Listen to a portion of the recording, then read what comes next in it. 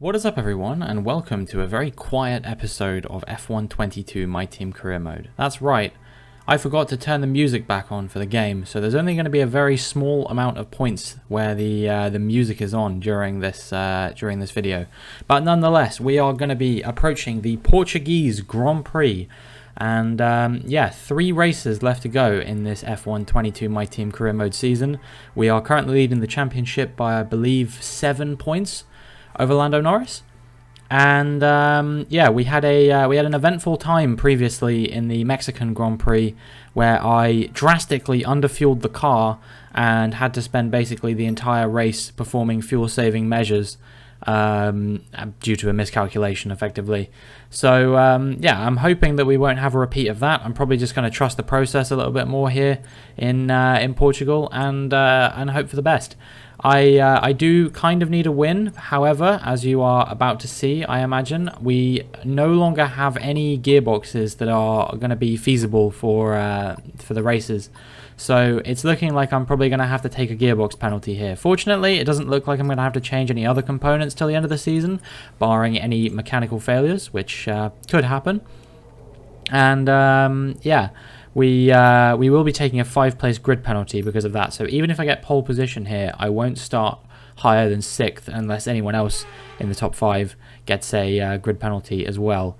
Practice was a pretty eventful time.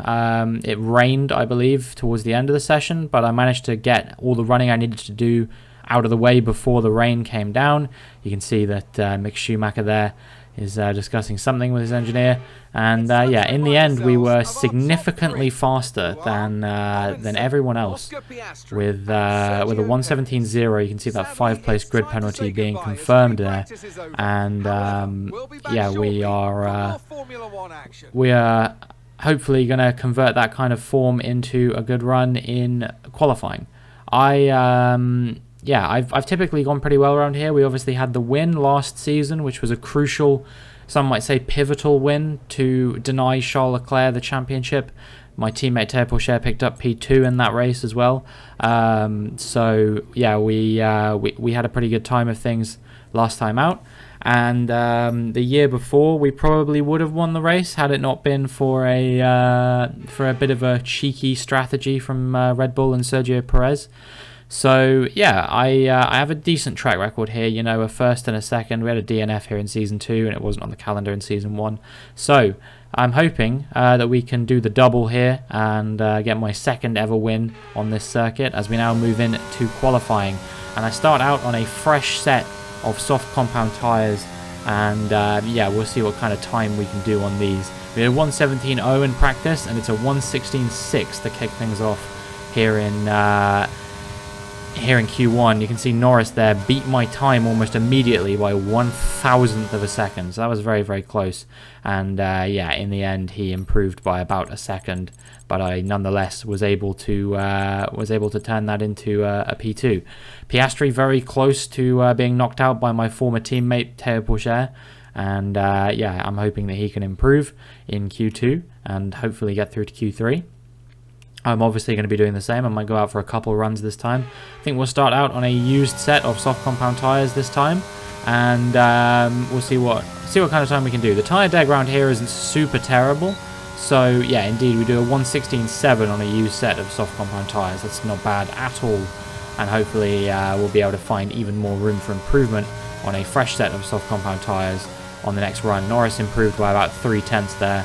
Over myself, so yeah, he was on a 1:16.3. We were up by about 0.6 or so. I don't know what time this is going to be good enough as we come to the end of the session, and we've now crossed the line, and it was good enough for P1. So yeah, pretty good, and hopefully a sign of things to come in Q3. I hope. It's eerily quiet without the music, I have to admit. I feel a bit awkward, but yeah, sadly I just forgot to turn the music back on. If you're wondering why it was off in the first place, it is because on my Twitch streams I stream with other music, so I turn the game music off for the streams, and yeah, it means I have to constantly be flip-flopping the audio settings between my streams and my videos. And if you want to watch my career mode on Twitch, make sure to follow, link in the description. And now we move to Q3, and you can see that, yeah, we are currently down in P6, but we haven't set a time yet. We crossed the line on a used set. It's a 1:16.9 this time. I have to admit, that lap was very horrible, so I was kind of impressed that it was even a 1:16.9. And, yeah, lots of room for improvement to find on a fresh set of softs, I imagine. And you can see we're almost a second up, about 9/10 up as we come to the line. So this is going to be about a 1:16.0, I would say. We crossed the line, it's exactly that, 1:16.0. And yeah, it's good enough for pole position. So very exciting. And it means we'll be starting the race from P6 unless someone else gets a penalty. If anyone gets a penalty, I'm hoping it'll be that man there, Lando Norris, who is one place behind me. Piastri in a somewhat disappointing P8, but hopefully he can work his way through the field ahead of the Alpine and the Williams that are starting ahead of him. And yeah, other than that, I do have Albon starting in front of me, so I think I should be able to negotiate him with relative ease. Getting through the rest of these guys, Norris, Sainz, Russell, and Verstappen, it's going to be difficult, but I think I can probably do it. And yeah, I'm just hopeful for what's going to come down the pipeline in the race. I am comprehensively outperforming Sergio Perez in this rivalry at the moment. Really nothing to worry about for me whatsoever. We're getting into a strong part of the season for myself, where I feel like I tend to do typically quite well. And yeah, I just hope that we can have a good race. If I can get back onto the podium, try and deny Norris too much opportunity to break away. As I said, I think he's about 7 points ahead of me, which means if he wins the Grand Prix today, then and I come second, then we'll be even on points. But anything more than that, and he'll be leading the championship. There's Mark just warning us about the penalties that we've got, but we already know about that, of course. And yeah, now I think we've done pretty much all the preparation we need to do, and it's time to get into the race. Welcome along then to Portimao, one of the busiest towns in the Algarve and a breathtaking destination that brings tourists from all around the world to the shores of southern Portugal.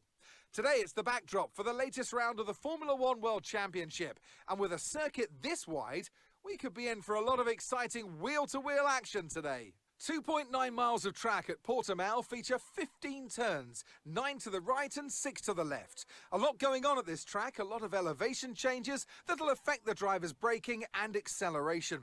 Keep an eye out for the DRS zone on the final straight. That'll be the setup for a lot of today's overtaking opportunities. It's time to take a look at our starting grid for today's race. Lando Norris put in a fantastic lap yesterday, and he'll start from pole position. And the smooth operator Carlos Sainz completes the front row. Moving on to the rest of the grid, we have Russell, Albon, Max Verstappen, Robinson, Fernando Alonso, Oscar Piastri, Ricciardo, and Yuki Tsunoda, Leclerc, Gasly, Sergio Perez, and Stroll, Joe, Ocon, Théo Pourchaire, and Mick Schumacher. Schwartzman, Lundgaard, Latifi, they've taken a grid penalty, and Kevin Magnussen fills the last spot on the grid. That's it then, it's time to go racing as we head down trackside for today's race. Natalie Pinkham joins me once again in the commentary box. It's fantastic to have you with us today. I'm curious though, how do you think the drivers stop those pre-race nerves from becoming overwhelming when you're lining up on the grid? Well, I imagine they'll be starting to feel the adrenaline as they anticipate the rundown into turn one, a bit like preparing to go into battle. The unknown situation will bring nerves, but that's a good thing. It'll keep them focused on the moment and on their surroundings as we build towards the start of the Grand Prix.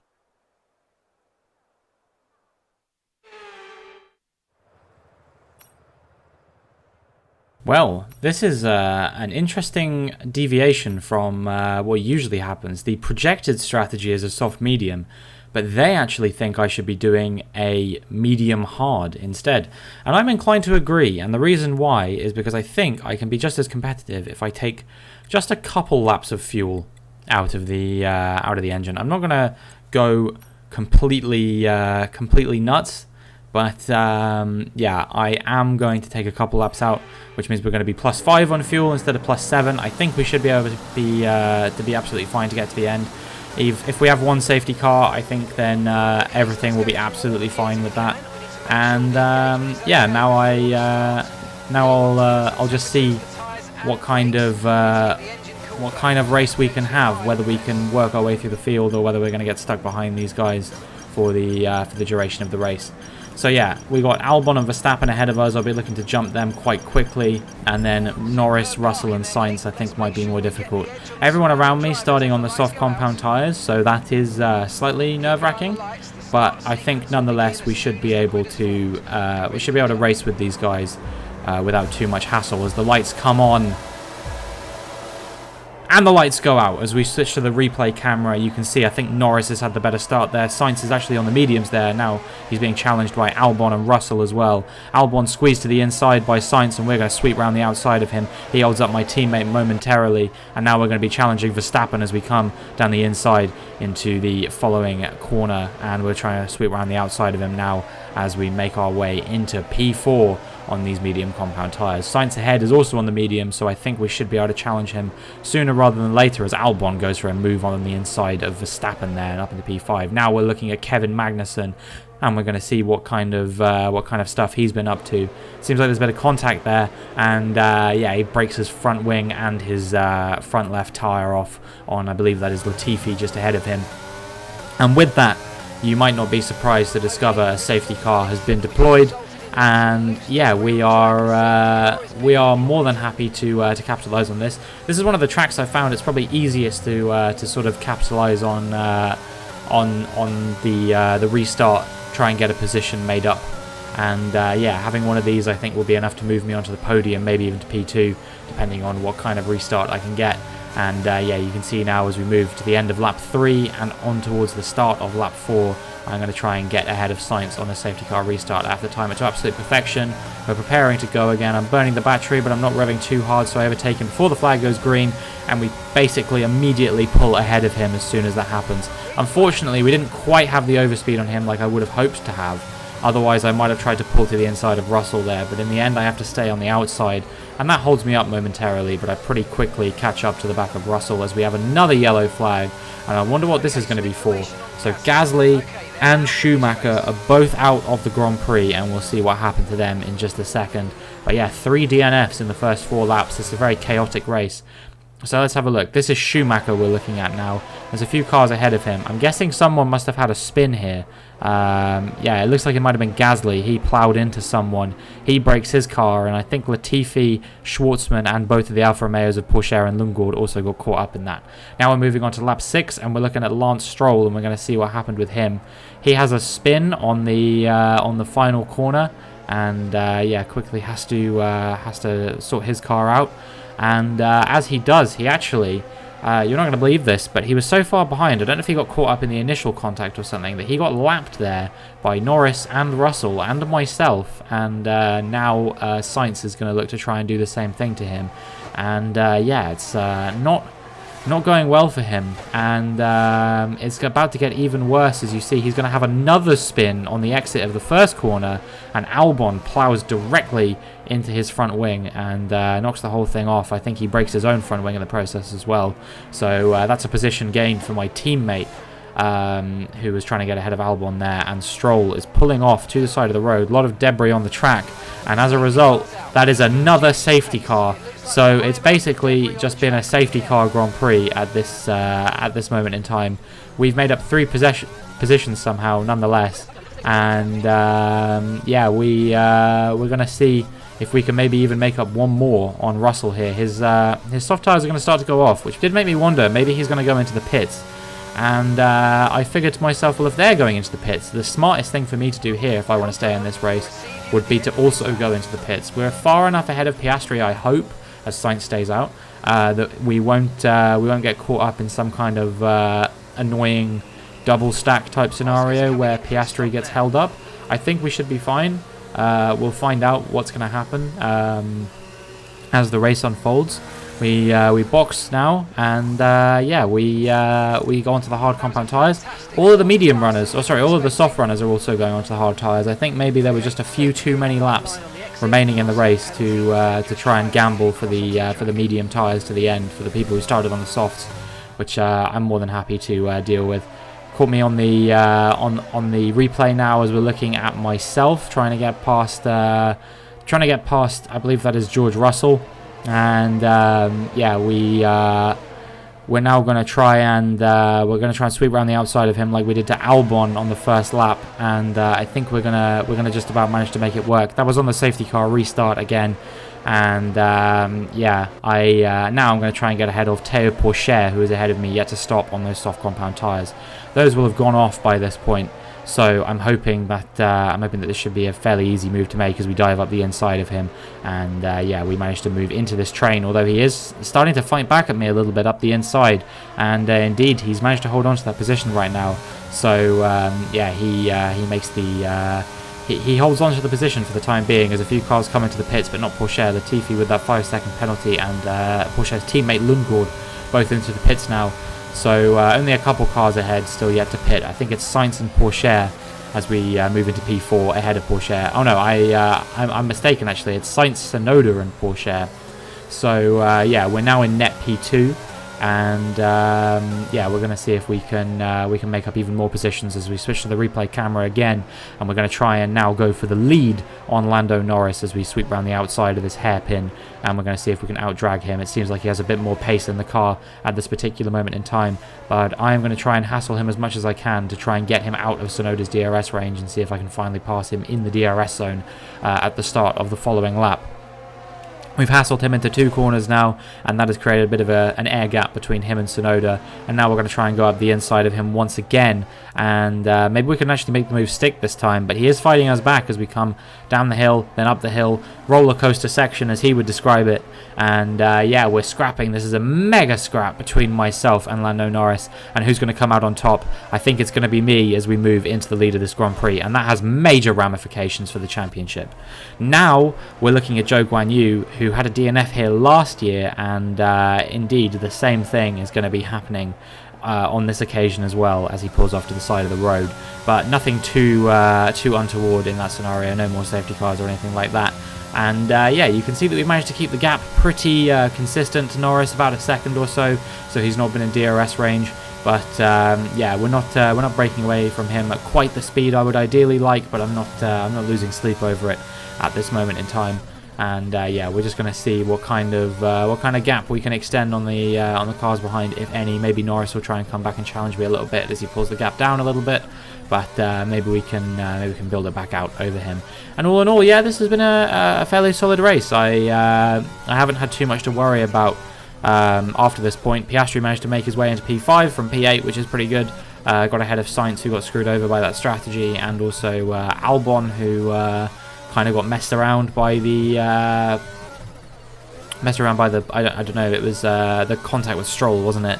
And somehow he got ahead of Alonso as well. It's not clear exactly how that's happened, but yeah, he's managed to make up 3 positions. So yeah, strong race from him, and I feel like by this point I could argue that he's definitely done enough to cement himself in the team for future seasons. Although with Perez retiring, there is a slightly hedonistic part of me that wants to trigger some kind of silly season. But let me know in the comments what you think is going to happen. And yeah, now we're just plodding our way to the end of the Grand Prix, slowly but surely. Norris is about a second behind or so, and I don't think that we're in too much trouble.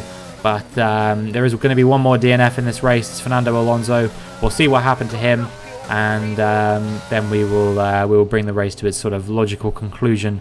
And yeah, another mechanical failure, much like Zhou Guanyu had as well, and it looks like he is just going to be pulling off to the side of the road. And yeah, that would be the end of his Grand Prix. He actually came very close to being tagged by Tsunoda there, but managed to avoid it.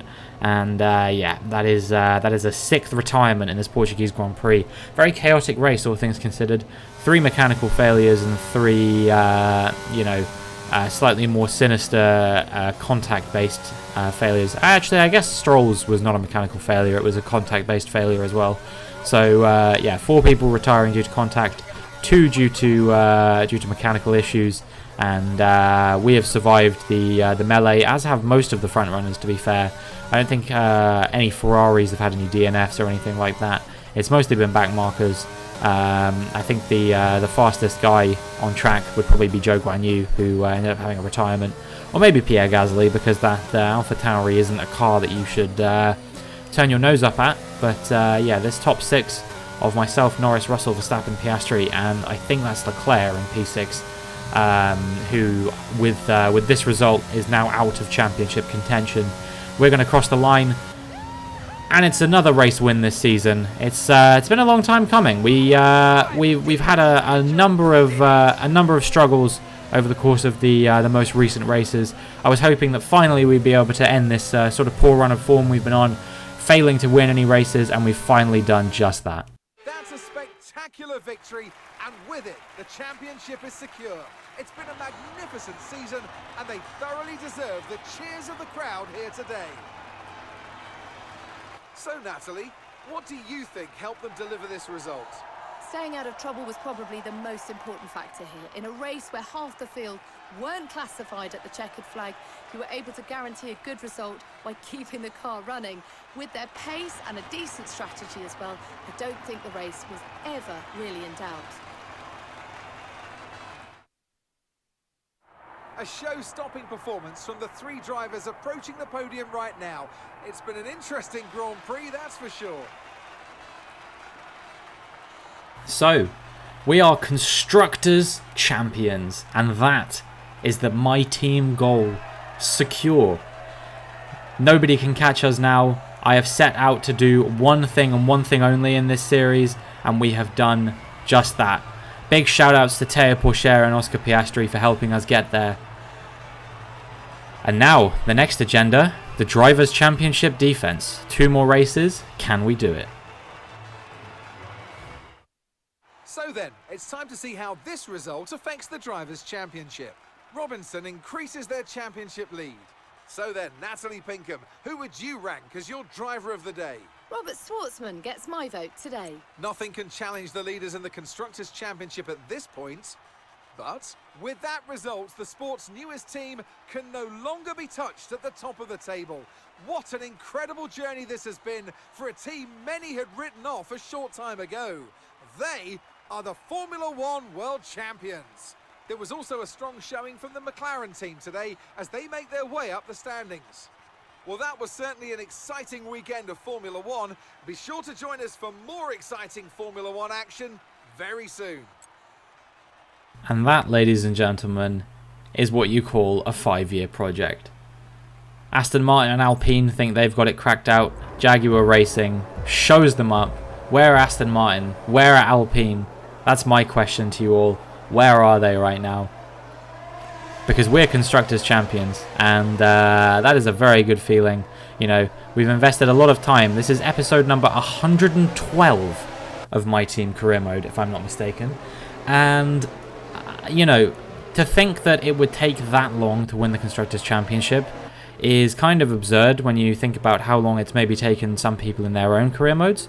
But the thing you have to consider is that the whole time we have been playing on reduced sliders for anything that the player and the team get, and increased sliders for anything the AI get. So the AI have been massively out-developing us. They've had way more cash coming in, and somehow we have defied the odds, and we've managed to win the Constructors' Championship in only 5 seasons.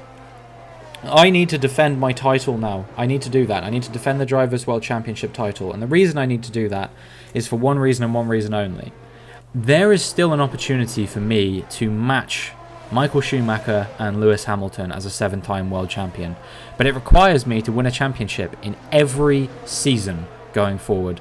I need to win it in seasons 6, 7, 8, 9 and 10, as well as the one we're currently in. And only then will I become a 7-time world champion. The opportunity for me to beat the record, as it stands at the moment, went out the window as soon as we didn't have the pace to win in season 3.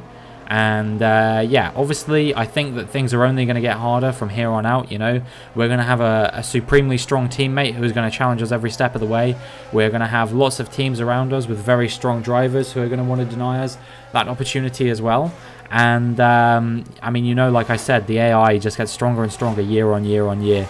It's out with the old and in with the new, unless your name is Fernando Alonso, as Sergio Perez is now retiring from the sport as well. He's got only a couple races left, and I'm curious to see who will replace him. Will it be a young driver? For example, Enzo Fittipaldi is a member of the Red Bull Driver Academy. Could he find his way into that Red Bull seat, or will they punt for someone a bit more experienced to partner Max Verstappen in that team? It's going to be interesting to see how that one plays out. But in any case, we unlock the trophy for winning the Constructors' Championship, and yeah, I get ever closer to that Platinum Trophy. I believe there's quite a few trophies in this game for winning specific races with particular constructors, so that is going to be something that I'm going to have to potentially look to do, or particular engine suppliers is what I mean to say. So maybe we'll change engine supplier away from Mercedes and towards something else in the following season. But that is going to be it for this video. Next up is Brazil, and we can wrap up the Drivers' Championship there, but we need things to go very well for us. But that is going to be it for this video. If you enjoyed, please make sure you like and subscribe, and hopefully I will see you in the next one.